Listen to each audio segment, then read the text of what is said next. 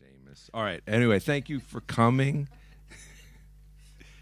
This isn't so much a presentation. Just show of hands, who has heard of SHOTDECK in the room? See, it's not. So we don't have to talk about what is SHOTDECK. I'll talk about it for 5 minutes. I'll give you like the super primer. Oh yeah. All right. Well, they see it on the screen. But more, what I like to do is when I wanted to do, when they said, oh, you could have an hour or something, is just have a conversation with cinematographers about all kinds of things and learn a little something. Like, to me, one of the benefits in SHOTDECK, as you can see here, I brought it so close now I can't operate my thing, it came 100% out of necessity. Like, this goes back over 20 years, and whenever I would pitch a project, prep a project, all the way through, invariably at every stage somebody was like, it's like that shot from, or remember that whatever it was. The language of film, particularly in something portable like a still, was super valuable to have. And so I used to, like, one of my first processes, if I was like, oh, there's a script, they want to meet you, I'd read the script, I'd do this like copious breakdown. But then I would go to two places. I'd go to a video store and I'd rent or buy a bunch of cheap movies that I thought potentially were referential for the movie that I was going up for. And then I'd go to like Arcana Books in LA and get like, art books that maybe also had reference material.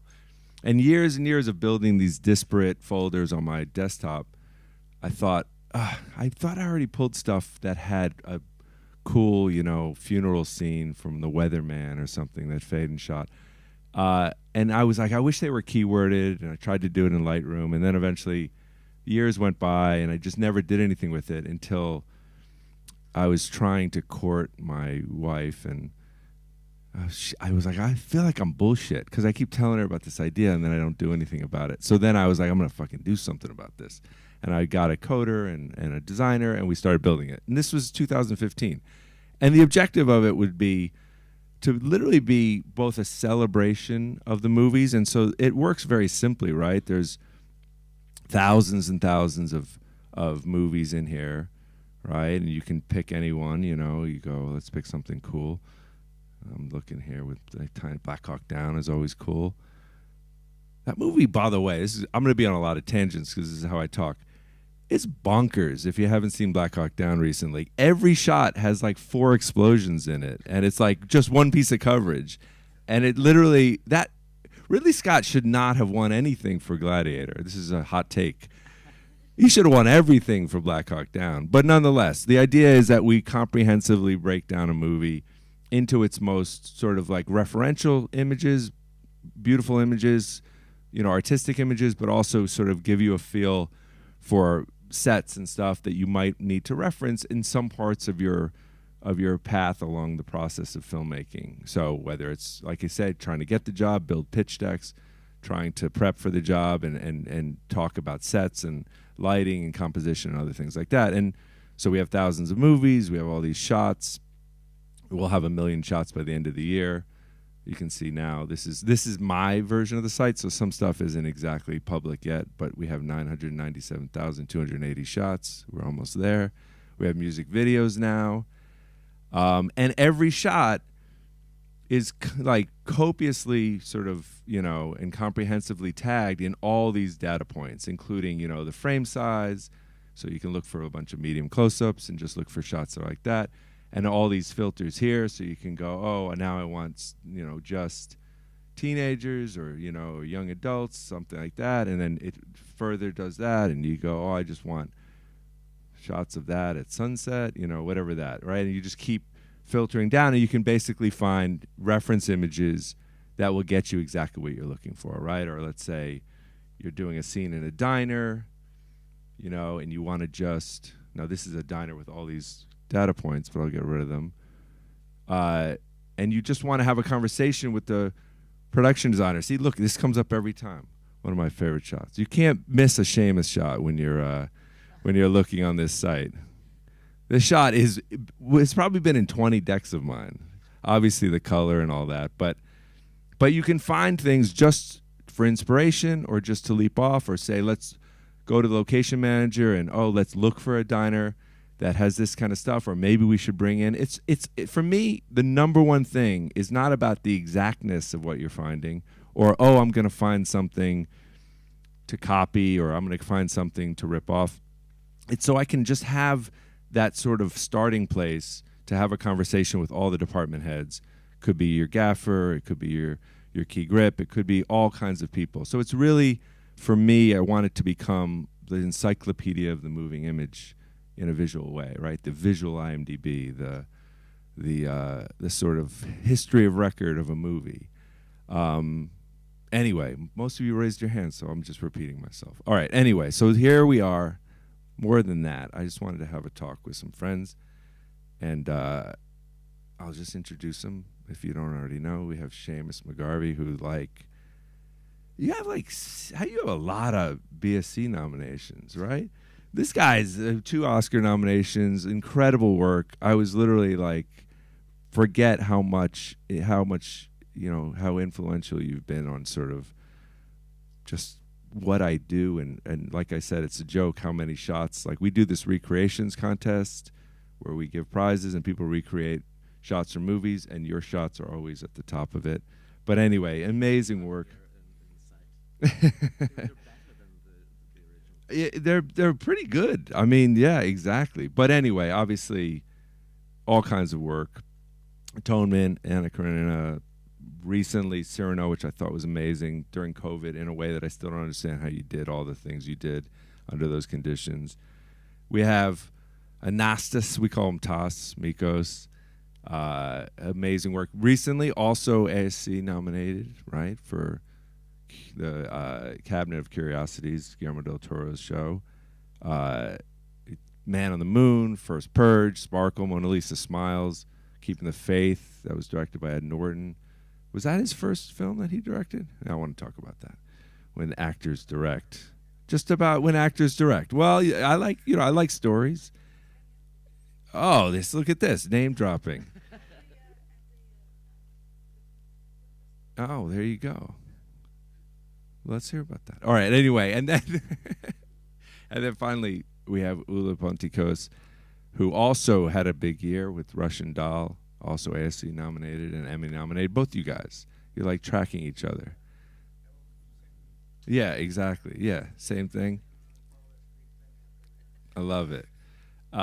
Film Stars Don't Die, Marcella, the film Weekend, and just, also another incredible cinematographer. So let's just jump in and tell me, what's your biggest fuck up ever on set? I'll start. I forgot to roll the camera once, like literally, and it was on film where it makes noise. I've also forgotten. I mean, nowadays it's like sometimes the DIT rolls, the assistant rolls, whatever it is. It's like also the worst shot scene in the whole movie. But in Garden State, right, which I think you can see up here, there's like a kitchen scene with Ian Holm, who, Ian Holm was probably the most famous person in the movie. I guess Natalie Portman. It was this shot right here. It's like a little simple scene in the movie, nothing to speak of, and it was like take one, and I just halfway through, I'm like, we're not fucking rolling. And I'm like, do I tell them now or do I let them finish the take? It's not going to play right now because of the Wi-Fi. But nonetheless, it was over. And then what do you do? What do you do? I mean, I said I didn't roll. I'm sorry. I don't know. I was so embarrassed. That was early in my career. I've done it recently. I'm like, I don't know what to do. Maybe it's a thing. I can't. It's my iPhone. So anyway, that's my fuck up. I have other ones too. All right, Ula. Or what's even a mistake that you learned something from, Let me think about it. The one I can think of recently, it was a nightmare. We had... What was it on? So there was 3 women. You don't have that. Yeah, not yet. I will. And we had... I thought I was really clever because we had low loader and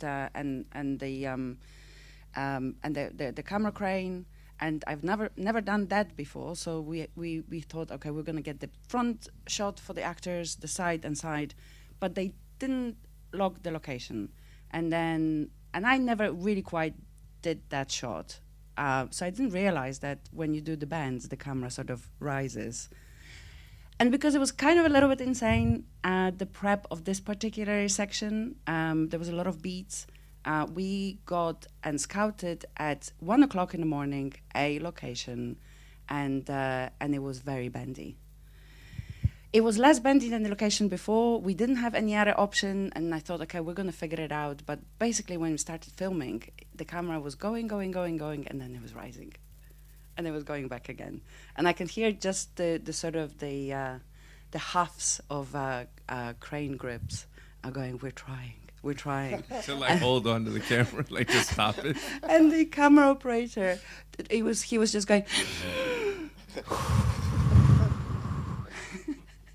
The actors were wondering what is going on. And the director is telling me, okay, so will we get it? I was like, I don't know. Anyway, it was bad.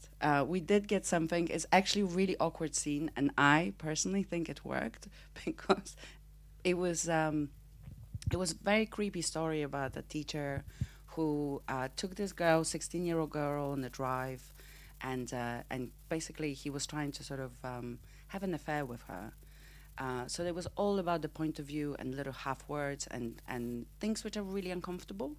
So strangely, it worked for the scene, but when we were doing it, and we obviously got enough shots to make it work, and the road was not bendy enough to get the coverage, but it was tough. Yeah, I've learned a lot. All right, Toss, you must have something. Oh, I got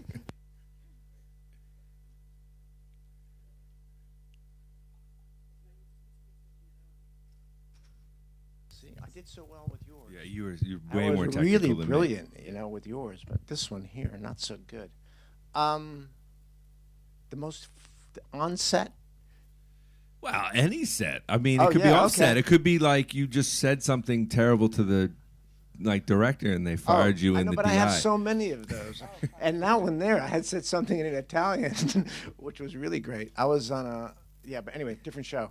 I guess the biggest fuck up was lighting a scene. They called lunch. I lit a scene, daylight streaming through the windows, smoke, everything, They called lunch, and as we're walking away, the script supervisor says, I think that's supposed to be night. That's awesome. And it was supposed to be night.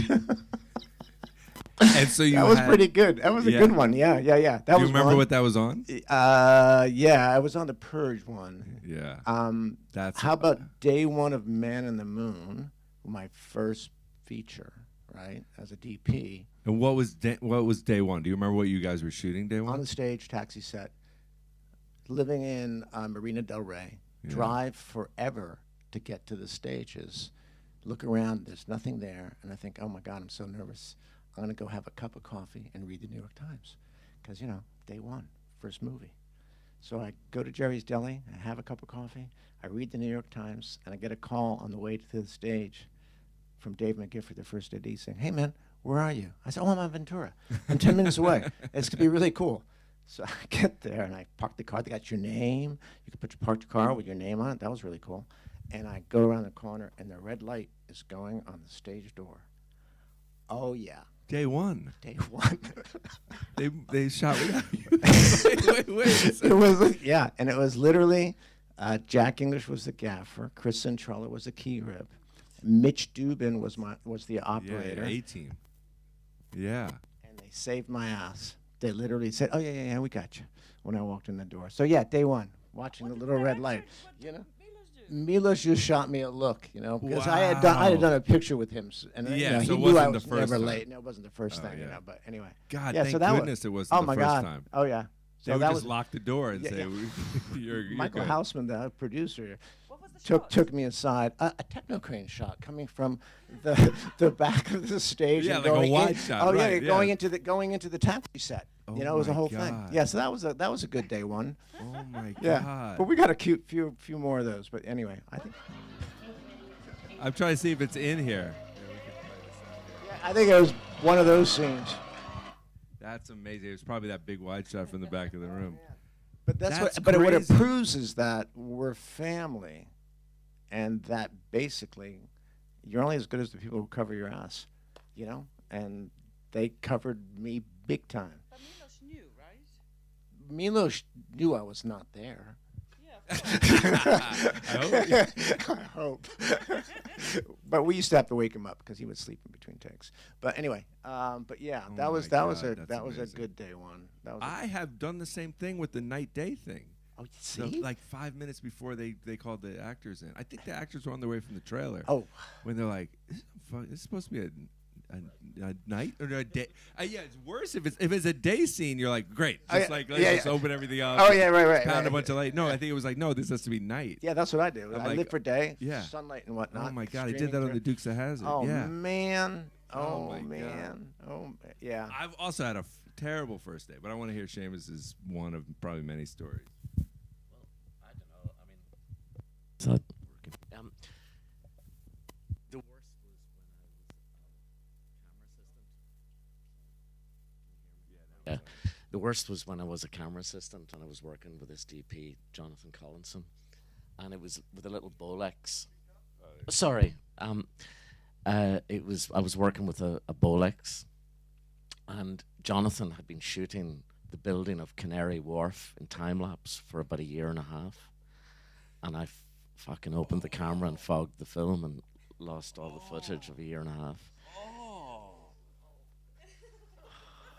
It was beautifully solarized. When they got it processed, it had this incredible effect, but it was a year and a half worth of time lapse gone. That's the worst story I've ever heard. Yeah. Oh my God. It's why I became a priest. I studied to be a priest after that to atone for my sins. After. Yeah. Oh my God. But it was on my first job and I fogged the film.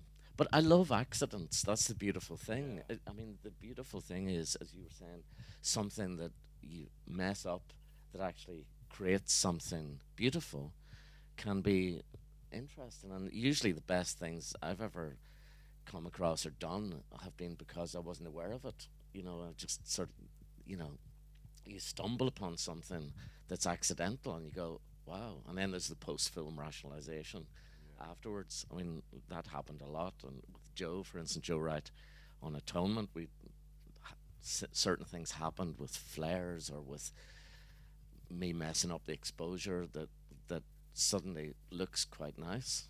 And yeah, I think it's beautiful to embrace accident in film.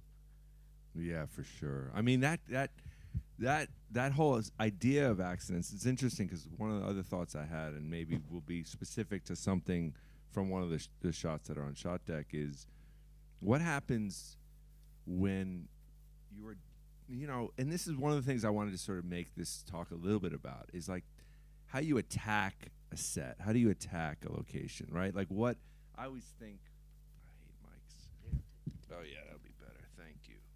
I always think like whenever I approach a project, there's like 4 or 5 scenes that I'm like, okay, these are the scenes that kind of become like more of the scenes you talk about in prep. Like, and there are the locations that are a little finicky or something that's a little more complex or something where you're like, oh, I haven't really shot something this big or something to that effect. And so you make a plan. And then invariably, and this can happen on small sets too, you're like, you know, this desire to sort of go back to the well because you know it'll work. And you go, well, I know that'll work and I only have 20, 30 minutes to do this or this time pressure. But you want to push yourself and try something new. So you're like, oh, what if we just tried lighting it a whole different way? And you get close to when the time's up, you know, you only have limited time. And you're like, this is not working. Like those situations, you know, or just what are the things that happen when you attack like a big location, you know, and it's not working, you know, those kind of stories. Before we get into that, I want to just tell you my first day ever on a movie set. So I wanted to be a camera assistant. I wanted to just be in movies.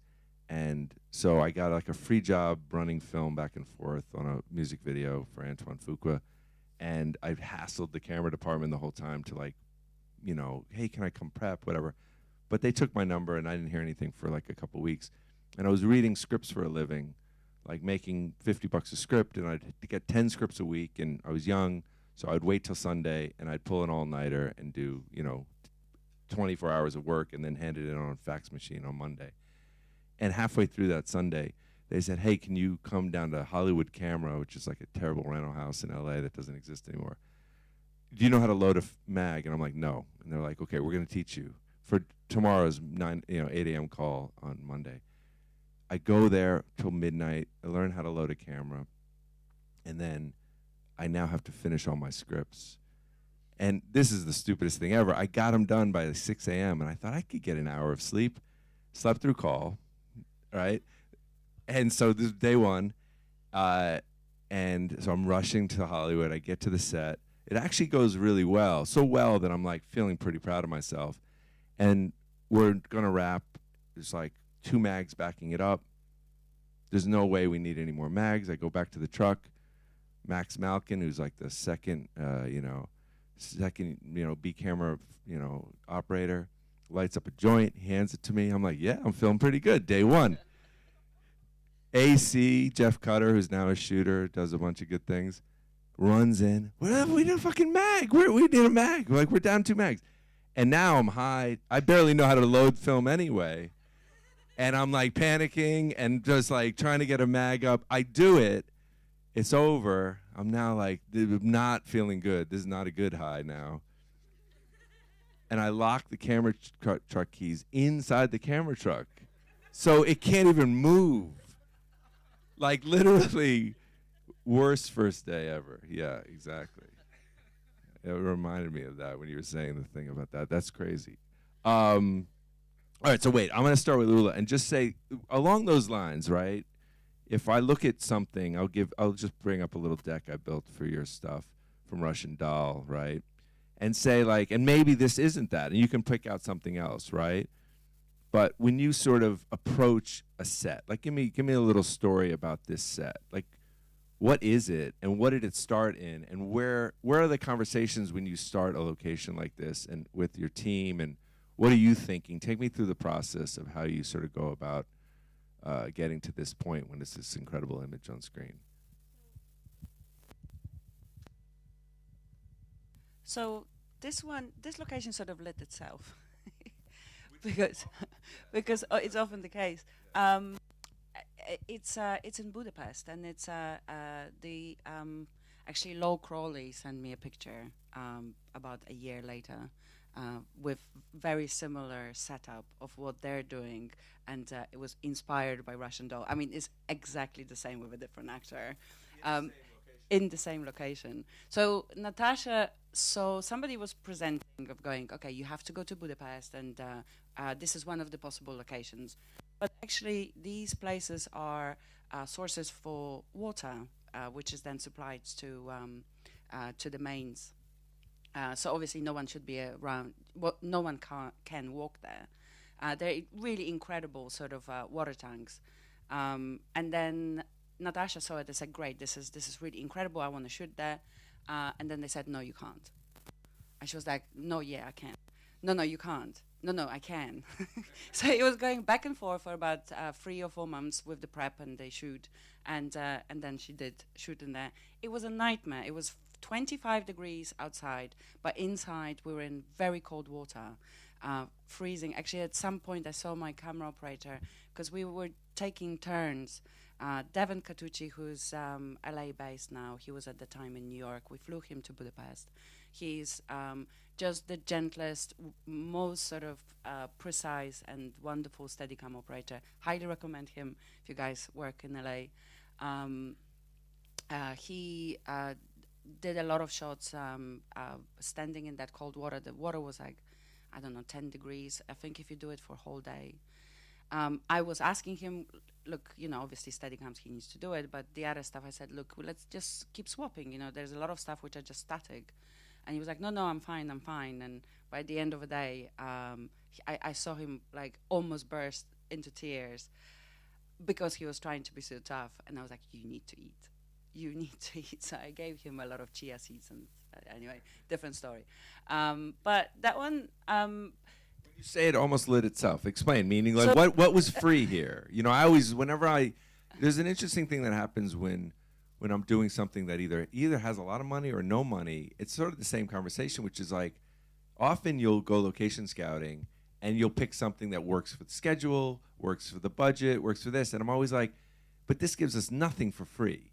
Meaning everything we have to do is coming from like fixing what's not there, as opposed to you could go find the perfect location and it shoots itself, right? I mean, so explain what's happening the here. free bit is the smoke, because actually it was too much of it.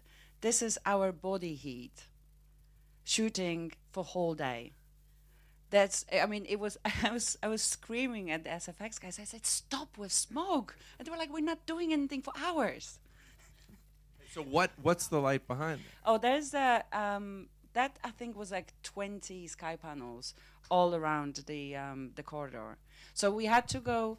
There was two setups, one for Charlie, which was side lit, and one for Natasha, which was backlit, because they dropped to sort of different realities. So it was the same lighting setup, but with two different angles. So we, I needed to create a sort of a soft light. So we had I think 20 sky panels, and then I had something hard like HMI. I think it was a 4K probably, or 9K. I don't remember going on to for caustic effect, but that was just slightly later on. Yeah. That episode, that was season 2. Yeah, 7. Episode Yeah, 7, because you okay, see it here. thank Yeah, you. right here. So that one lit itself. So that wasn't a struggle. Do you have any that were struggles Yeah, on I Russian do. Doll that like? I didn't have from Russian Doll. I had one which was my stepping stone, actually. It was, I shot this TV drama called The Game with Brian Cox, which is probably one of the second proudest sort of TV work I've done. And it was sort of espionage, 60s in the UK, London, spies. And it was my first nighttime setup. And at that time, it was 2015. I didn't know how to do nighttime setups, and everyone. I talked to lots Night of exterior. nice Yeah, exterior. yeah. Talked to a lot of DPs, and they were like, "Yeah, it's easy. It's 3-point lighting." I said, "Yeah, okay." And then we had abandoned. I hate Ferris wheels. I really have a think about abandoned playground play. Yeah, things. like exactly. Like I hate them. They amusement parks. Yeah, Yeah. like you hated Zombieland. I don't know. I just don't Right. like it. And then obviously there was the scene which we came back 4 times, because first of all it was by the motorway. So everything what we lit, what I prepped, what I figured out, I came on the day of the shoot and they say, "Oh no, we can't do it." And okay, so I spoke to the gaffer. We rearranged. We did end up having a top shot. Neither of us wanted to do a sort of soft box, but we had to do it. So it was a lot of learning experience. And my gaffer was, I think at the time, decided that he's going to teach me a lesson. So he's going to help me to a degree, and then rest of it I need to figure out on my own. Oh yeah, I see. He's testing you. So there was a lot of He's that. like, who's the boss here? I'm not gonna help her that much. That's a really male thing to do. It was tough. Anyway, you know what? It's one of the scenes I like the most. I mean, it actually is beautiful, and I've learned so much. And we figured out the motorway thing, because when you shoot by the motorway, you can't do the lighting. You have to protect everything. Nothing can actually blind the. I mean, it's a That's 70 always a miles thing. per Yeah, hour. for sure. Yeah, you can't. You have certain restrictions. You can't put condors into places where the lights could be in the direction of cars. Yeah. There was the toughest nighttime shoot I've done ever, probably till now, just on the simple of logistics, because we just everything was planned, we couldn't do it. So on a day I was operating as well, because I didn't learn a lesson at the time. I was thinking that I can do everything, so I operated one camera and had an operator on the second camera, and that was tough again, because I think now with difficult, I mean, 3 women I operated as well, and Russian Doll in Budapest I operated. And then we had a second camera. I figured out the system, but it's tough. I think it's easier with logistical stuff. It's easier to have 2 operators. Toss. When it can be a little bit of a divergent thing, but like, are there certain things that you're like, it's always a pain in the ass, whether it's like day exterior or something like that, or a specific thing where it's just a set or something where you go, this is the thing that I'm gonna, struggle with on this movie, or I'm a little concerned about or scared or anything to that effect?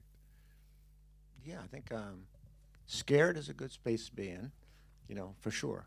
And the other thing that you were talking about was what comes free is a real thing when we go scouting and whatnot. Because so often we look at stuff, or I look at something going, oh, this is going to work really well. And the next thing you know, for whatever reason, we're, walking up 6 flights of stairs and, can't get the lift outside. And, well, didn't we just see something great on the ground floor? I mean, what's going on over here? So, but invariably, when it depends on where we are. Like if I'm in Washington, shooting in D.C., there's so many different police zones that you can get permission to be on the street, but you can't get permission to be in the curb because it's that's federal. So it's sometimes when you approach stuff, it's the bureaucracy of getting things done, traffic, the light in your eyes, that kind of stuff, that is, I think what I am most frightened of and embrace the most from what Seamus was saying is the things that are not in your control.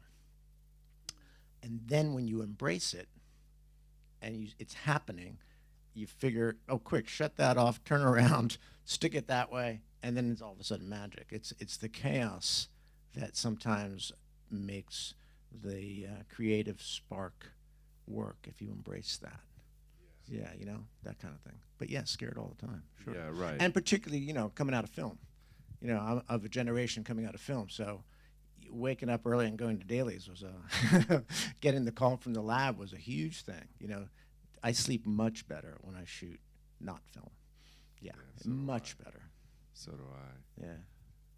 Anything come to mind, Seamus? I was thinking, I had this idea, which is to light my shot, right? I have a thing that was like one of those things that I went, and I'm gonna have you light it because you're better than me. Is because I still go, well, how would I do it today, right? So I'm gonna give you the setup. I'm not gonna show you how I did it, but I'm gonna tell you the story how I fucked it up. But anyway, so here's the setup. It's a movie called Paul, right? I'll bring it up here, and the basic construct is these two geeks from England come and they this is in a deck, sorry, and then the script is they basically go to all these cool places. They're super into sci-fi, they're writers, and they go to Comic-Con, and then they drive and they see Area 51 and all that stuff. So the setup, I'm just going to get you to the setup, is they go see the little mailbox at Area 51 here, right?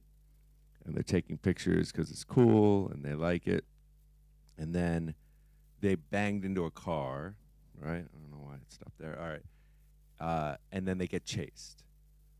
Desert highway, so no streetlights. Night, chase, car, go for it. How do you light it? And, okay, the car has to flip. They overtake each other. It's a long chase, like, a mile of road. And flips, not all in one thing. But then the next part of it, which is also pretty complex, is they are now on the side of the road, big car crash, and an alien comes out of, the darkness. Right? So, okay. Yeah. Trust me, I spent most of the nights on that prep. How the fuck am I gonna do this? And so, okay, so what would be your how would you start to attack it, or go? Okay, here are 3 ways you could do it. Right? Take me through your process of even how you would sort of maybe attack that. I mean, there's various ways of skinning the cat, but I had a similar sort of challenge in Nocturnal Animals, where we had it was a 2.5 mile stretch of freeway in Edwards Air Force Base, and it was at night. And I actually recommended to Tom Ford, the director, to do it day for night, but he said imperative for the lighting effect was the notion of car headlights, which obviously wouldn't. That's exactly the thing. Yeah. So we had to do it for real for night, and we just basically ran black cherry pickers, like 180-foot cherry pickers, the length of this. I think there were 7 of them, the length of the road. So we were able to, and they're in shot, but because they were black, they don't photograph. But and I just underexposed. It was just basically to create a glint on the cars. No, they were backlight. They were backlight, and what we did was, so that we didn't have to move the cherry pickers. There were 2 roads side by side, so we were able to go in both directions using the same source of light as a backlight. But that was terrifying, and we shot for 3 nights. What do you mean? So, like, how do you go back? So you were front lighting and backlighting, or always backlighting? Always backlighting, yeah. It was. But you would move the cherry picker? No, we didn't move the cherry pickers. We just used the different road. Yeah. Yeah, like so, like if you go down that way, now it's a Yeah, backlight. If you go this way, it's a yeah. backlight. So just use road because road is road. Yeah, exactly. Right. And did you enhance the headlights? No, we just I underexposed we were at 500. We shot on film with 500. I pushed it a little bit, half a stop, and but I underexposed. No, just went for it. Skin of her teeth, skin of her ass. That's what I said. No, he said no testing. No, we just sort of trusted it. That's why I've got grey hair. I went grey overnight. Well, yeah. I mean, is there another way you could think of beating that? Yeah, this was filmed with me as well.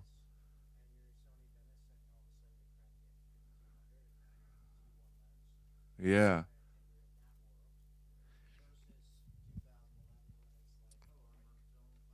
Yeah.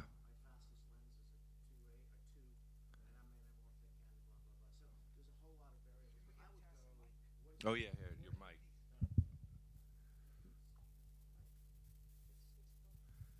Yeah, I tend to go, what is my brightest source? And how bright do I want that? Can I control it?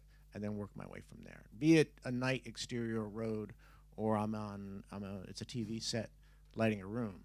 If that's the thing that's supposed to be lighting the room, then what's the rest of the world supposed to be doing? Yeah, I mean, it's funny. Yeah, exactly. And You, so you go through that. Yeah, so sometimes it has been in that scenario. Back then, I would have probably put part cans on the headlights and really punched like VSNs on there and go and stylize that way. And again, condors, light, underexposed. Don't worry about seeing the world. It's a desert. There is no light. That's why I found Deacon's thing on Fargo? Yeah, it was Fargo. What was the horse one?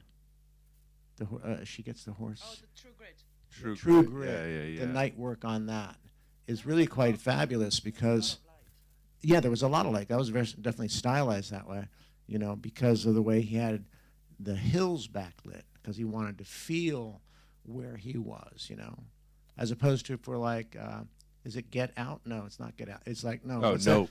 Nope, no shit. Yeah, Nope. Nope. Well, Nope, Yeah. they did day for night, but then Right. enhanced headlights digitally and all these Right, other yeah. things because that Right. was the complex thing. Right. And did the infrared combo The platter. infrared yeah. sky thing and the split thing on a. I was Yeah, just it was impressed he knew technically how to do that. I'm They, like, but they went and like that's called a test. Seamus. Okay, well, I mean, this is exactly the thing. You go like, well, this night work even here, right? Because it's funny because the movie I was doing, Paul, the producer of it was this guy Robert Graff, who works with the Coen Brothers, and they had just done No Country for Old Men. So I was like, and I'll bring Paul back up so you can see it. I went to all the wells you said. I was like, well, I had already done the faked headlights thing for that Fargo because I thought that was brilliant. Like reverse overs inside a car, put park hands instead of the, or just attach them to the front bumper. Yep. Or if you see them, put them, whatever it was. And that'll light the road ahead of you, and you can basically shoot on a road with no lighting at all. But for some reason, when I was and this was pre-digital, really. They're DSLRs. I remember I was shooting plates with like a Canon 5D at the time and stuff. I don't know why it's bringing it up because slow we have Wi-Fi. But so I went through all that thing. But the thing I was obsessed with, and it's maybe one of the things that I still am obsessed with, like, and maybe this is where the LED volume comes into play, is I would drive in New Mexico at night, and you could see the horizon. You could see the separation between the mountains, and even at night, dead of night, 2 a.m. And I'm like, gosh, that is an interesting sort of background as opposed to just jet black. So then it's like, well, how do you see that, right? And also I went straight to Robert Graff and I go, let's talk about this scene because, like, you know, I think I need like Muscos, or I need like 10, 18Ks spread out across this quarter-mile road. And he's like, not a chance. And I'm like, but you just did No Country for Old Men. And that shot, when like that waking up shot, because I asked I said, what's the story with the shot at dawn, which is that great shot when they come to like, dawn here, and then it goes this shot alone, which is dark, has like 3 Muscos, right? Because it's like bring it up and print it down, right? And then it's making this amazing transition into dawn. It's great scene, a beautiful scene, and all that. So I was like, but he wholly just said, no, there's no chance. We can't afford 3 18Ks, let alone 10 of them or 12 of them or whatever it was. So I was in a panic. And I then pitched, well, let's do it basically in a 5-minute window, which is never good. Yeah, exactly. A 5-minute window at dusk. And we'll do it twice. And then we had a little money for like an extra unit, and I said they could shoot the wides at this same 5-minute window because I liked this, even though this is more dusk than night, but that separation of the mountains back there. And so I made a plan because the crash, and I can show you the crash here. I think it's like, this might go deep enough because they're only 20-second clips if they play. Let me see. This is like deliverance. They're gonna break us and break our arms. I don't want my arms broken. I need the toilet. You just mean. I've got a chance to black them. Do you have the plants? Do you want me to do random? Or what about the deposit? It's not that. It's going to be in the next clip. Hold on. Sorry. It's only 20 seconds. This is a beta thing that we're going to have, but I'll show you it where we can play the clips from it. But this will give you a sense. Oh my God.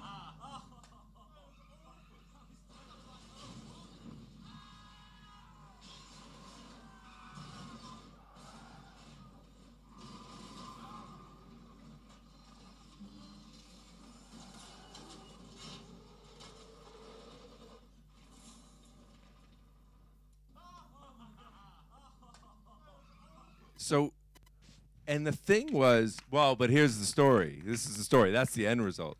Obviously, the stuff with them in the car, that's on stage. But so I say, I think we're going to do this in like an 8-minute window. And I tested with a still camera, but I was like going back and I said, what is that window? What's the real window where it's like dark enough and all that? And they go, well, let's do it as a pre-shoot day, right? Because why not? So we start shooting Monday. This is Friday. And we set up 11 cameras because, again, I want to cover it like the run-up. I want like a following camera that will erase out, and I need that camera and a couple IMOs for where it's going to, and this fucking stunt man who I didn't love on Dukes of Hazzard. Like, we just had a thing. But the stunt coordinator was my guy, which was his friend. And it's like, and he, anyway, so we set this whole thing up, and Hangover came out that night. It was Friday night, and The Hangover had just come out. So I'm standing next to the producer, Eric Fellner, and he's literally like looking at the thing. He's like, oh my God, your movie's going to be a fucking huge hit. And I'm like, yeah, feeling pretty good about myself. And I've got this whole 11 camera thing Friday night. And the stuntman goes and just drives right past the mark. And he goes, I couldn't see it. I couldn't see the mark. I couldn't see the mark. And literally, I'm the guy who's like waiting for 8 minutes. And they're like, shouldn't we shoot? Shouldn't we shoot? I'm like, not yet. not yet, not yet. And then I'm like, go. And I knew the minute he missed the mark, there was no take two. And now I'm like, what the hell do I do? Like, do I really just say we don't have it and we have to come back another day? And I'm like, I think I have to say that. And literally, this Eric Fellner was so happy he had like a hit movie DP on his thing that I was like, we can't do this. He's like, we can't do it. We'll come back another day. He was like right there with me. And I'm like, oh, thank God I would have been fired 100%. And so we had to come back another day to shoot that stunt. But it's interesting because I didn't want hard light. I didn't want like anything that felt like, because I was like, well, that was that thing of trying something new. I'm like, of course you just bring in moonlight. But I'm like, no, I want it. And it was like the first time where I was like, do I try even for like a shot like this, you know, which is when the alien comes out. And it was me trying to do something that didn't feel like something I'd done before. Like, Put the phone down. it was like to like have it be top light. And like what Ula said was, we built a softbox, and I had never really done that before, like a big softbox off a construction crane, to just be more top light for moonlight, you know. And it was like, you know, you didn't like the top light, you want the backlight, edge light. It worked because we put it around the disused like a carousel sort of. So it and also they put a lot of plastic around, so it worked. But it wasn't. But you would it's do it. Not my choice. You would do it as the backlight. Yeah. Yeah, that would be your choice, right? Like, and do like the normal thing, keep them in backlight all the time, and do that. Yeah, that's really interesting. My inspiration at the time was to use the motorway lights as a backlight, so create The motorway lights. Oh, so right. So I had the Wendy lights set up, which then we used as a top light. I The love Wendy. Yeah. Well, that's also the other thing is like those motorway lights, particularly on digital or anything, can become like a huge source of light by themselves. Like why don't we put this on the sidewalk at night and just have the traffic and make sure just it's a nice row of traffic, right? And that kind of solution. All right, wait. So now I want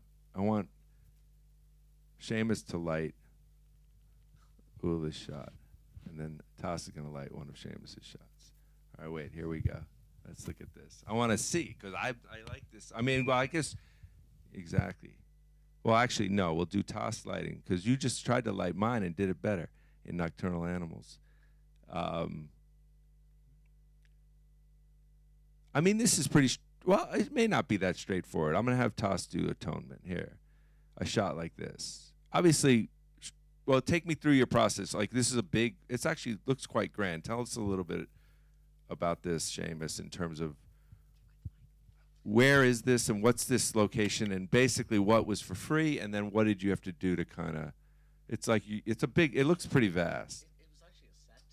Oh, it was. Yeah, good. Yeah, A nice Sarah one. Greenwood was the designer, and it was we shot it in Shepperton Studios, and it was very simply lit. There was just a whiteout backdrop, painted, not a translight or anything beyond at the end.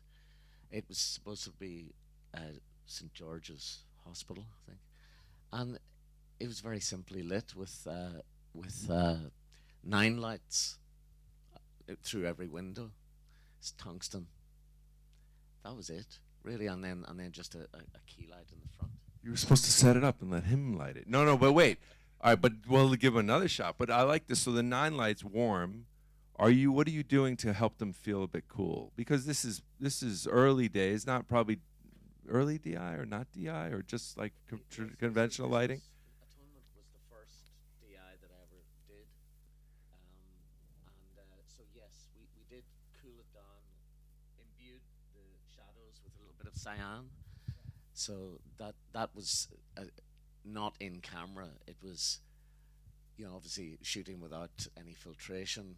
I did use Christian Dior 10 denier stockings in this film. They don't fit me anymore. I've put on a bit of weight since that. But and when you said 9 lights, it literally is fade lights coming through the window. yeah. And that's giving you a hard Yeah, well, it was they were about 8 feet from each window, and I didn't want them too hard. I didn't want them projected, but they were flagged off so there wasn't double shadows on either side of them. No, they were just there's no softening on them. Hey, grab the mic. Grab the mic. I heard that on Greta, but it's just generally Nick Emerson who graded who edited one of your movies. He said that when they were doing the edits, it was a sort of one movie, and then you came around and you changed the grade so much that it become entirely different. So I want to know, and he said it's beautiful, but it was absolutely fascinating to see you work at the grading stage. So I want to know in Atonement how dailies from that shot, how dailies look different to the final. I think the original footage that came back was a lot warmer because we're working with tungsten and all on dimmers as well, so they were pulled back a little bit more. And actually, I'd intended it to be warmer at the time because this was an afternoon scene, and everything was down at 70%. So I wanted it to have a kind of a late afternoon feel. But Joe, when we saw the film cut together, he wanted this kind of steeliness to these scenes, and a kind of a frostiness. So we ended up with this kind of oxidized copper sort of look, and that came entirely out of the DI. So yeah, that was just a choice afterwards, and also because there's a lot of green in this film, and it starts with Keira Knightley's dress, which is, but there's this sort of teal or oxidized copper. I mean, Joe called it, but throughout and that's the decision of Sarah Greenwood, the production designer. Yeah.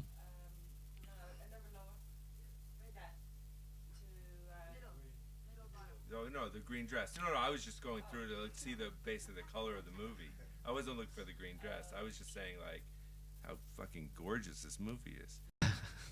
But and also the sense of green. It's interesting because one thing is, and I've discovered this, but it's also director by director, and maybe some directors that are a little bit more visual. But I don't know if you guys have run into this at all post DI. Is living in the dailies for 6 months, not wanting to diverge from them too much. But it sounds like, particularly early DI, Joe was interested. Well, I've just done a film with Angelina Jolie where she directed, and it's quite a good film. But she basically fired me from the grade because I went into the grade and I worked on it for a week, and then she was in LA and she saw it and it was so different, and she got used to how the film was looking and actually loved how the film was looking, but it was so super saturated, and me and the grader did something different, and it shocked her, and she basically said, "Get the hell out of here, I'm gonna do it."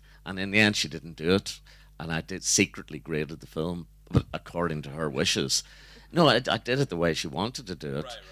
But it wasn't the direction we were taking, and that's her prerogative. It's her film, but she's since got back in touch and likes how it looks. Well, I mean, it's also human nature. You do get used to whatever the thing you've been living in. I've had a movie with a filmmaker we've worked with together, John Hamburg, and once it tested really well, it's like, and that was back with like work prints and stuff, but we were still doing a DI, but it was like you would then scan the inner positive. It wasn't like you were, or you scan the negative after it, but you were doing a more conventional start. And he was like, no, it has to look exactly the same. And that's when it got like, well, why do we have to start from anywhere? And can we start grading at the beginning and it tracks 100% to the end? Because they were so nervous that even if you change the grade, it would change their test scores, It's one of those things that composers find out all the time, that it's literally temp love, and as in temp score. And I have composer friends who just bristle at the fact where they say, "Can you make it sound like that?" And it's like, well, you didn't hire me to do that. That's not what I do. I do this, And it is that temp love thing. And I find that editors often are the keepers of the color with the director, and you have to finesse that because they're the ones sitting there in front of the monitor twisting the chroma and the gain. And It's a real problem. and I'm my dealing quote with it, always yeah. is, if you invite me into editorial because that cut is 2 frames too short, you know, I'm watching your cut and it's 2 frames too short. You should let it go another 2 frames. If you invite me into editorial, then I'll be glad to invite you into the DI. Absolutely, it's collaborative. But that other process where you give away your work, right, and they mess with it in the Avid. So I mean, I had that with Rashid as well. I love the editor Todd, but I had a really early on experience because I came from film world as well at the film school, and very early on when Alexa came in, I did a short, and I didn't put any LUT, I didn't do any grade, it was low budget, and then director said, I really wanted to grade it really contrasty, and the director said I like how it looks. And basically it was a log version, slightly colorized log version. And I looked at it the other day. It's really not great looking short. It's fine, but it just really lacks personality. So I learned that. It was a great lesson, so I'm very happy for it. And then when it came to Russian Doll, I had a colorist on my side. I made sure that they had dailies the way how I wanted. And I talked and discussed, and any changes within the color I was doing on set, and throughout the grade, because I was already prepping and shooting another project. Throughout the grade, there was constant reference flow. So the film, there was a one stage when they graded Russian Doll, and the director very quickly, because Natasha and Alex Bueno co-directed the show. Alex phoned me up immediately and said, "Please don't look at it." And just buried that version. It's not going to happen. They're going to go with your dailies. And that was wow. such a success because it really went at one stage. It went entirely different way. Wow, really? And what, like in like when you say entirely different, like just like flatter or less colorful or something? Because More it's colorful. I don't know how. yeah, I was Brighter. like, it's a really distinctive color, and I love the color in this show. More colorful, brighter, and just like I wanted to make it dark. I mean, it's a dark comedy, so it was noir film, and they were going to New York in '80s, so you know we were looking at Raging Bull for goodness sake. So all of a sudden it just looked so much more chirpy. I did look at it. It did look really rather not great, and yeah, I was great. I think. I tell you one thing, a really due diligence to SHOTDECK because we started Russian Doll and pandemic. I didn't know them. We spent 2 months month and a half before in New York, before the pandemic happened. We sort of started looking. Everyone was sort of a bit like a rabbit in the headlight. We started prepping. The scripts weren't ready. The pandemic was looming. Everyone was a little bit terrified. We got shut down. And then really the prep started on Zoom. When I was in New York, locked in my apartment, Natasha wasn't allowed to walk and see me or Alex. We were all within sort of like a less than a mile of each other on Zoom. And SHOTDECK was so important to find that language between us. Because when we came on set, we knew exactly what we liked and didn't like. It was YouTube, SHOTDECK, and art references. All right, the check's in the mail. Thank you. All right, wait. I want to open it up to questions because I could be here all day, and because I'm using this just to cheat and get some tricks for my next shoot. New York, right? We've all shot in New York, all four of us here. This might be a pretty easy, straightforward thing, but when you set out to scout and choose New York, right? Because I find that one of the most beneficial things cinematographers can do is try desperately to help schedule the movie. Because if you also schedule the movie the right way, you're in the right place at the right time, and that will save money, time, and also make the whole product look better. As a matter of practice in New York, because I don't shoot in there as much as both of you guys, and I've done a couple things, but do you shoot to go, I want the canyon shadows so that I'm not fighting like disparate sun in places? Or what's your basic philosophy in terms of how to attack a New York City street and time of day that you kind of want to be there. Look at Ula, or, give it to Ula because she's like, I don't fucking know. Like, meaning sometimes the schedule is going to dictate it and you don't have control, but sometimes you can push it into a time of day, you know? You do. I mean, back before we had all the wonderful things that we have in our iPhones these days in terms of sun path and whatnot, you know, that's when you really started. And that's when I got my education in New York, being a New Yorker, as to what was that particular street doing at that particular time. And I remember sending PAs out with cameras, point it this way, every hour take a photograph, and come back 12 hours later, you know, and then trying to figure out from there what was going on. But we do have narrow windows, and much of it has to do with schedule. So can I get this shot off in the backlight in an hour? Oh, it's in the middle of the day. That'd be great. Are we going to lunch? Oh, no, we got to take a penalty. Well, we're not giving you a penalty for that one. Well, fuck me. Okay, let's do it at 3. It'll be in shadow. Because we'll never make it. You know, we'll never front light, back light, turn around, et cetera, et cetera. So very much like you in those kinds of challenging positions, it is schedule driven. And I believe that DP, I'm in on the schedule meetings from the day one, right? As in terms of what do we need, how long is it going to take, why this time, why we, you know, pre-shoot day, that 11 camera pre-shoot day is like, what? The assistant must be going nuts because, you know, they're just barely checked out at that point of trying to get their stuff together. But yeah, New York is challenging, like many cities are. And at the same time, though, if you know it, you embrace the available. And like shooting Times Square on film used to be interesting because, you know, obviously the contrast ratio between all those bright signs and everything else. I clearly remember doing shots where I had of ND stuck on filters that I would slide in and line it up so that the hot signs would come down 3 stops. Oh, that's good technique. You know, you couldn't move the camera, or we would have trucks that were the advertising trucks that would run around with the billboards on them.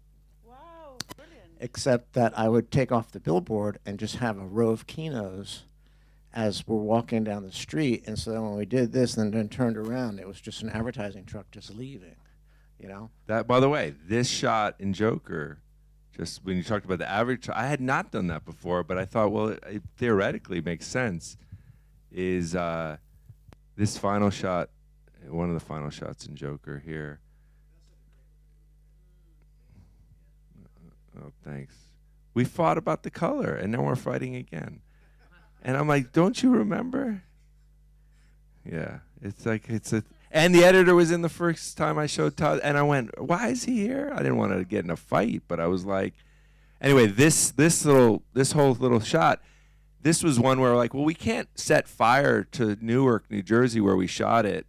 Hopefully it'll play in a second, but and it was like, how do you create like the sense of firelight on him?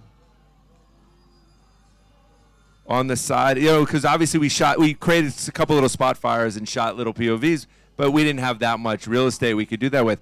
But how do you create the sense of firelight on his face? And so we did that same thing. We had I literally called up some guy, like I just did it myself. I'm like, I called up a couple of those advertising guys and I go, what type of media? I went to YouTube, I looked at a bunch of riot footage, and I cut it together, and I just gave him this little YouTube clip and then put it on there of like fire. Yeah, and he drove around next to us as we shot like these little scenes. That's exactly right. Yeah, it was like live volume. Yeah, but I had never done that before. But yeah, I guess you had done it years before.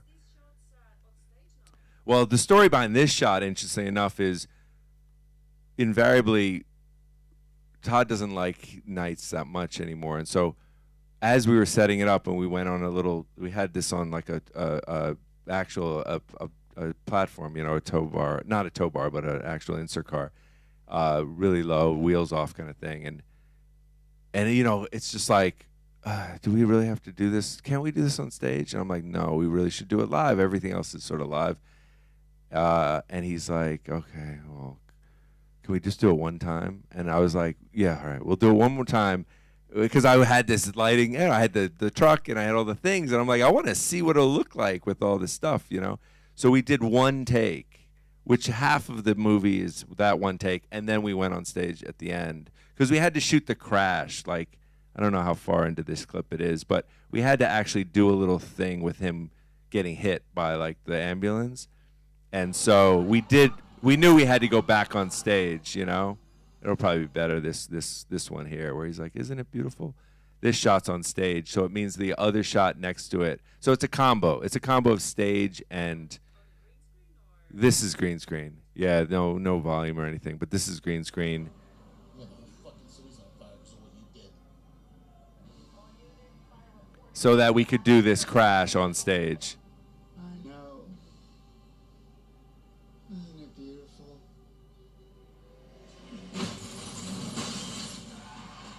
Yeah. Yeah, anyway. How long did it take you to shoot the whole sequence? How many days? Well, 2, right? With the stage? No, the stage was its own thing because we combined it with some other scenes. From when this police car shot leaves to the last frame, 3, 2 days, 2 nights, and then the first night. Well, we crashed the car twice. We crashed the car twice over 2 nights, and we did those as splits. We tend to we go nothing good happens at like 2 a.m. later. And so we're like, well, we can do some split stuff. And so we try to schedule a little bit of splits because that's also the same street where he gets beat up in the beginning in the alley and stuff like that. And so we try to like combine things if we can. But mostly it was like the first day, crash the car and drive around and get those driving shots. And then the second day is all the stuff with him, like post crashing and like them pulling him out of the car and putting him up on the top of this. All this stuff here was like the second day after crashing the car a second time. The which team? Oh, well, that's why I was saying, like, literally my relationship with this AD, David Webb, is like essential because we are like, and also that Todd is on board because like you go, if the director's like, no, it's like whether you're shooting in a small window or I've always said I would much rather shoot a 10-page day exterior scene in 3 hours than in 12 hours, right? Because in 3 hours, the light's going to be relatively the same and it's going to only get better and be beautiful and we can work faster and we're not lighting. 12 hours, it's like, well, it's going to start over here and then we're doing this thing that is invariably a studio thing, but you have to do it at some point, which is just to chase the sun and shoot coverage, and the whole thing becomes like, well, now I have to control it to make it look like the same and then the minute you start putting rags in the air and covering up everyone, I'm like, yeah, we're making a movie. This sucks, you know?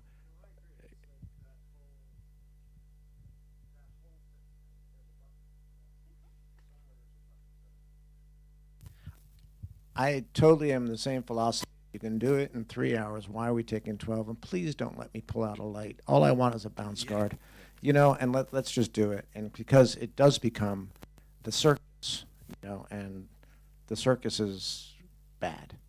You know, we all know how to do it, you know, with big 60x30s hanging and blah, blah, blah. But just give me the bounce card and the right light, and let's keep on moving, for sure. What is that shot?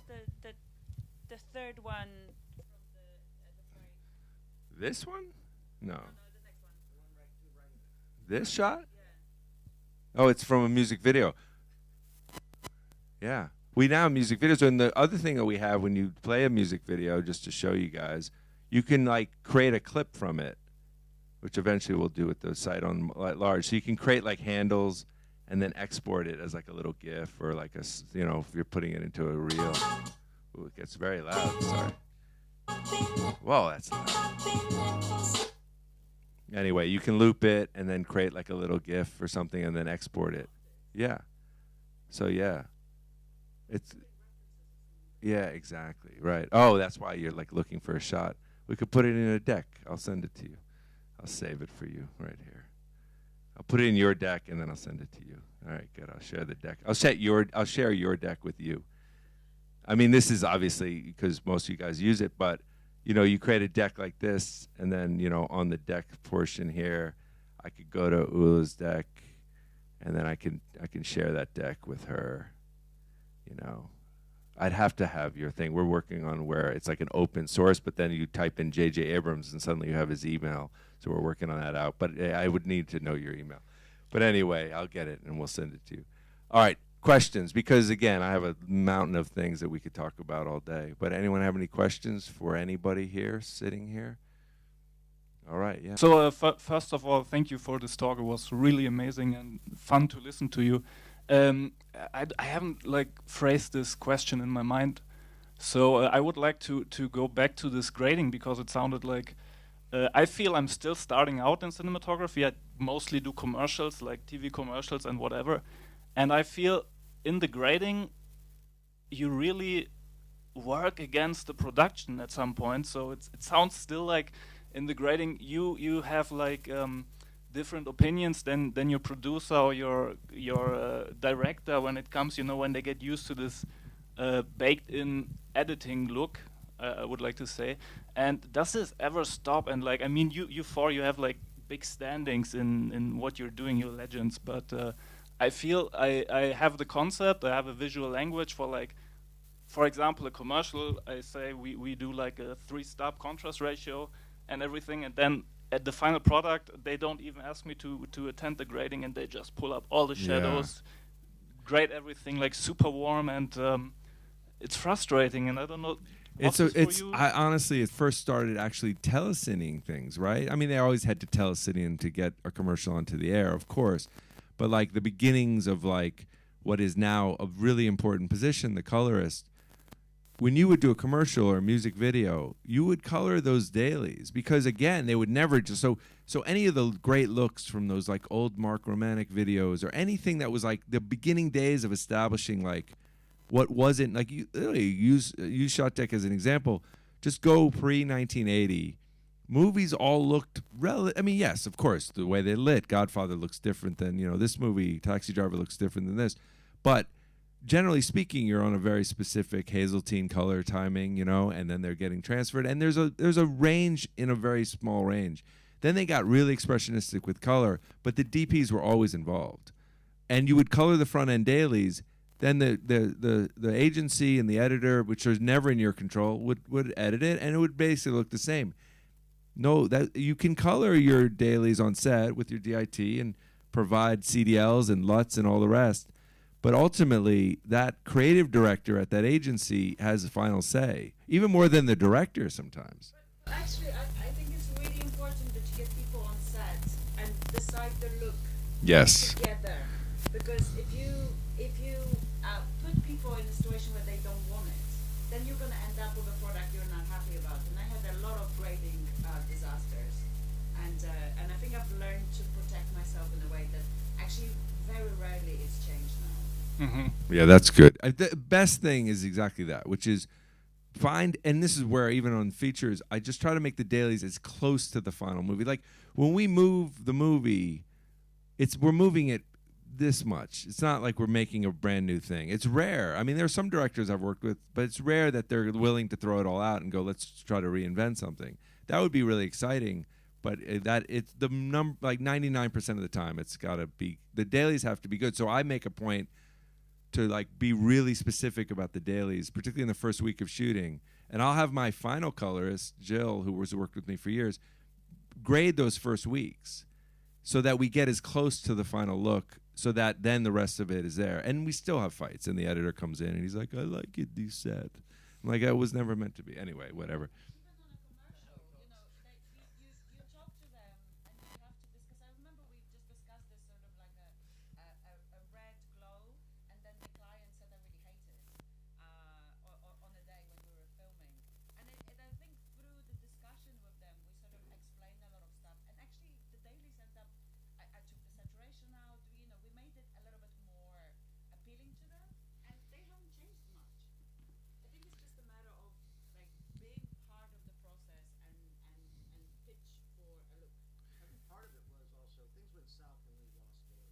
Yeah, on commercial work for sure. It was a tricky thing.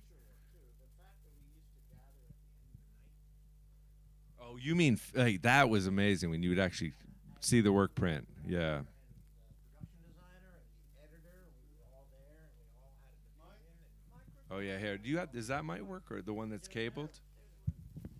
Does this work? Yeah, that works. That works. Oh, all I was saying is that, being a bit of a Luddite, I think that it all went a little bit south when we lost the idea that the collective creative team gathered at the end of the night to look at the same image at the same time on the screen. Because that's so many decisions were then collectively made for the next day that there were no surprises.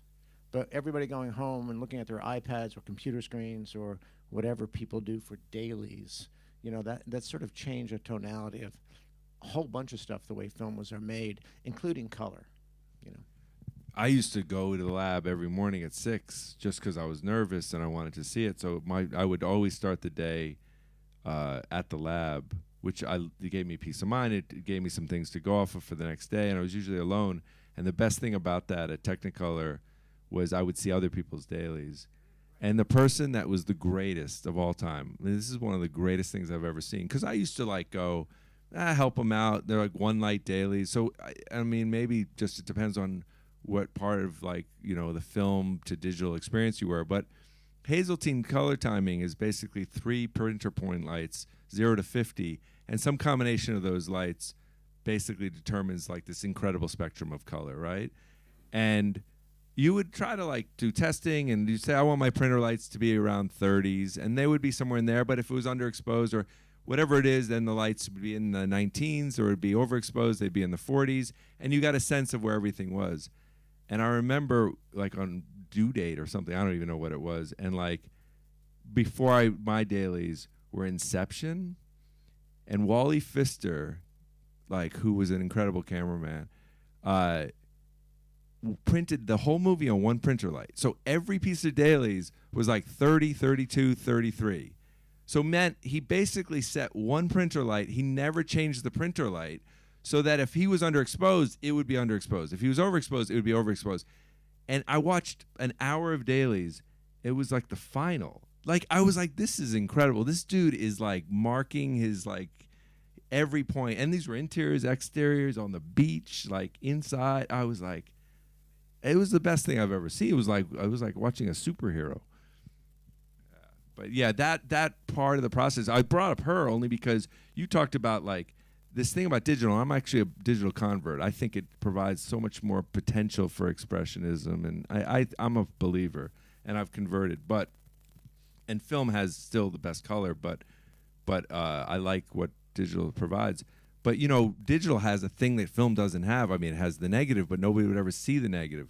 But that idea of the log image, and I've seen commercials where it's effectively the editor doesn't know, and it's still in log, and they're just assuming this is what it looks like, and it goes out almost like a log thing. And for a while, early days of Alexa and stuff, you'd see commercials have this really, and Her is a gorgeous movie, and it's a really beautiful work by Hoyte, and but it's almost it's a log. It's a very, very low con movie in a way. Not this shot, but generally speaking, it's got this almost log vibe, a shot like this, where it's the blacks are so lifted, and it's really unique. And it's unique even in Hoyte's work if you spread it out across his whole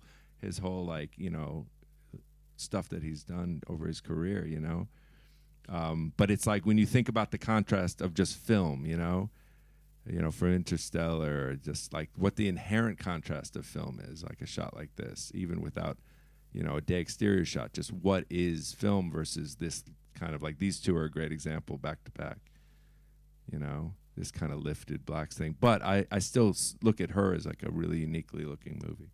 Anyway, any other question? Really? Really? Hey, what? Oh, okay, yeah, because I have other things. Okay, Marcus, what's up? I think nobody knows SHOTDECK as you do. I'm curious, in your process, how do you use it for prep? When you research a scene, I wonder. I use it once in a while. I love SHOTDECK, but I'm just tapping the surface. I'm just curious, how do you? I mean, first thing I do is I open a new deck, right? I can't really open decks for the new Joker, but this is Romeo is the deck for the first Joker. And so I'll literally start by adding like 3 decks: composition, color, and tone.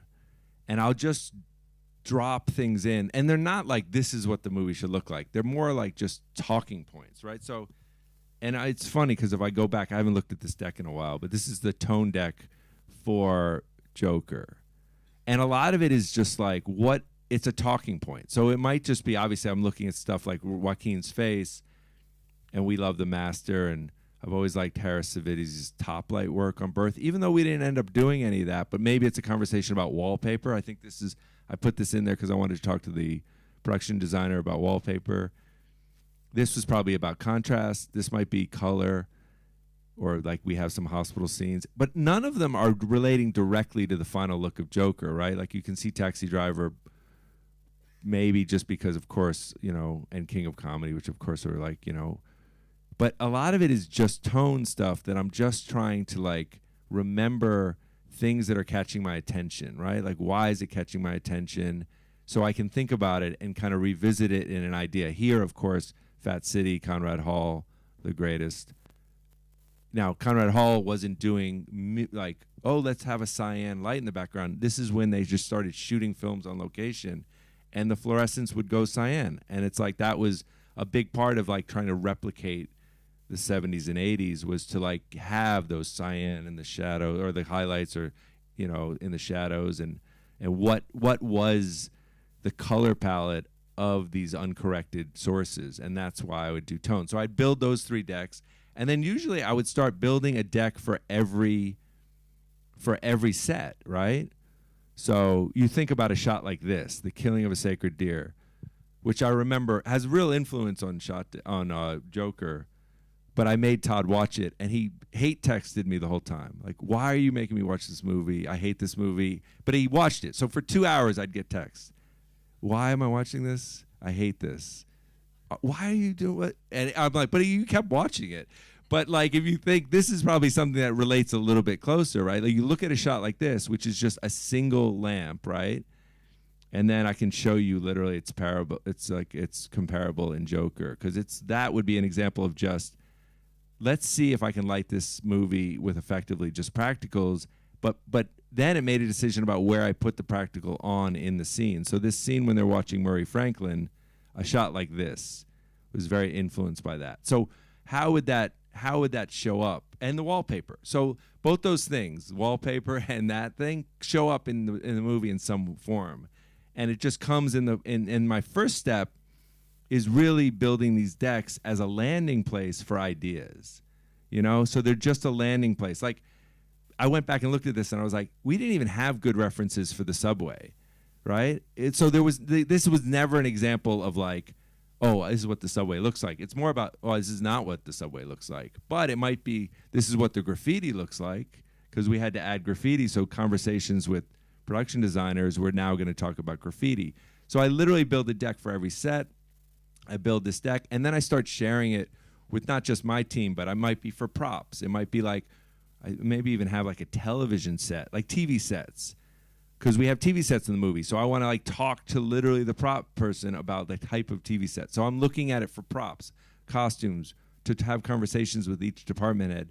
But also I'll share the deck with the director and ask them to just make a little note on the deck. You can put a little caption here like, I love this, or whatever it is.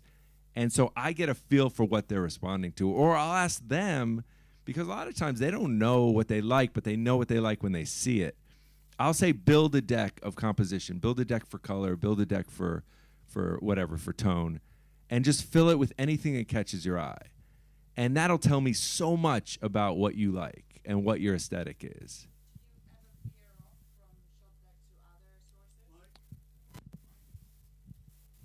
They love the mic. There's a button. Do you ever veer off from shot deck to other sources? Photography? Yeah, for painting? sure. How do you integrate that? Into ShotDeck, that's a future thing, but no, not right now. I mean, in terms of like bringing other sources into ShotDeck. One thing we're going to do, this is not like that exactly, but this will be released in a week, right? This is like a test site. Don't hack me.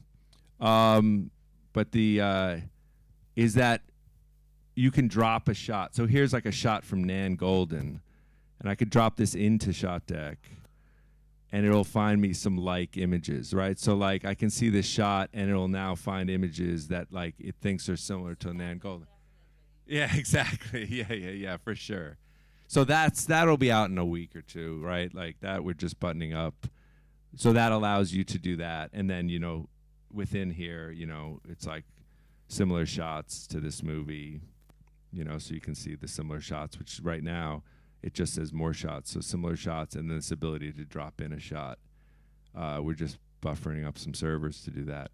Anyway, but so that'll allow not so much for you to drop it in and keep it in your decks, but that's also something we talked about even going back 7 years as like, do we allow for that and some sort of that? But it certainly will allow you to take something interesting from art and bring it into SHOTDECK and find some cinematic images that are similar. Yeah, for sure. So yeah, I use it in that kind of like talking, conversation, and inspiration way. And a lot of it is just like, it's like visual or dream food. It's just a way for me to like start to like think about the movie and dream about the movie and understand. And then eventually it's like the look of the movie comes out of that. So much of like it is also finding what it's not, right? So Todd and I were like, it's like Network. And then we go back and watch Network. And it's like, that's not this movie. Like we want it to feel like what our emotion is of Network, but we want it to be our own version of Network. So like those subway shots, become wildly different. I mean, the subway shots in Joker are crazy different compared to that. I'm still on this site, in terms of there. But nonetheless, I hope that answered that. Anyone else have a question? And that's not anything like the Warriors, but nonetheless, yeah. Yours was on stage, and similar, you said it was a volume, right? Yeah, you were saying, exactly. You did. I wonder if on similar shots, Russian Doll comes up. No, we made it much cooler. Yeah, no, I remember. I remember seeing that and thinking. Well, that's exactly right. Like, it's not a shot so you can copy things. It's like, it's literally a thing for just talking, right? Like, I would suspect, Anyone else? I'm just going to pull up the subway so we can see the subways that they used. I liked your subway stuff a lot. Did you do any subway stuff live? This is actually a different train. Right, meaning did you do some shot? Because we did the same in Joker. Some we had to be on real tracks and some we had to control. Yeah, I think it takes something like 250,000 per day on a subway when you use the train and the platform, and 75,000 when you just use the platform.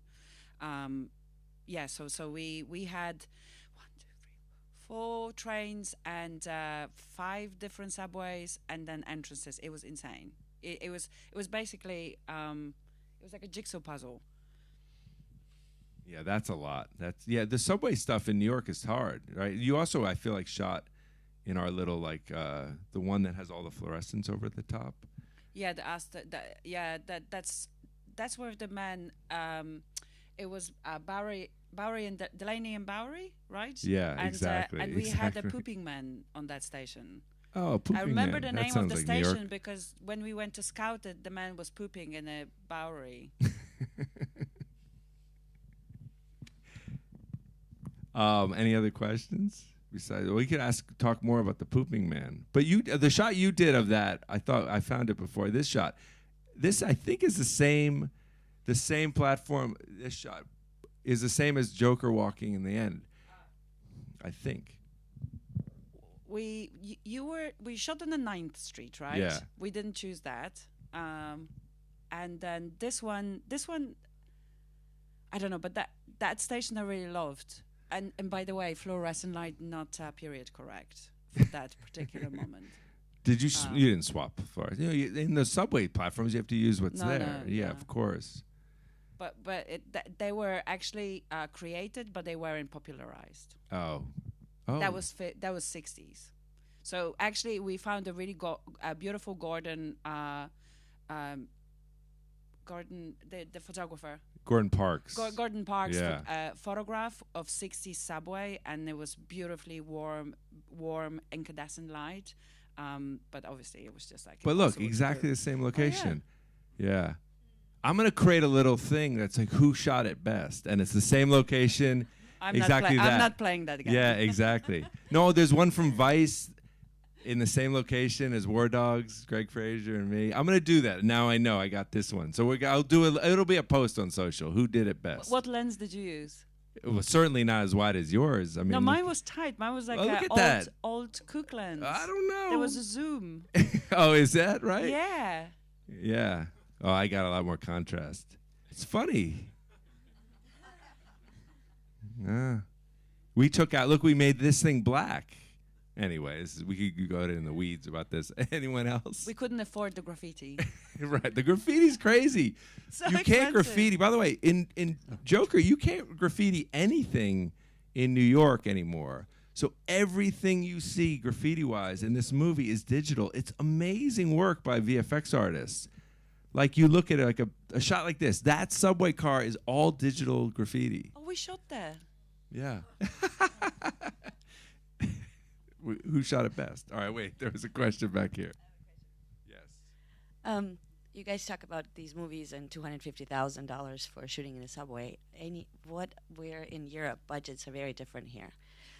Do you have tricks when you approach a project that just does not have enough money? Each one of you has something in your pocket. Maybe earlier in your career when you didn't get these large budget movies, what are the tricks that you use that still make something look beautiful and that makes you happy with the end result even though you had no resources? I don't know if this movie had resources, but I always want you to talk about this movie because it's one of my favorite of all time. So I'm going to give you the mic. I'm going to pull up the movie. Feels like relatively low budget, but just tell us who we need to talk about, Kevin.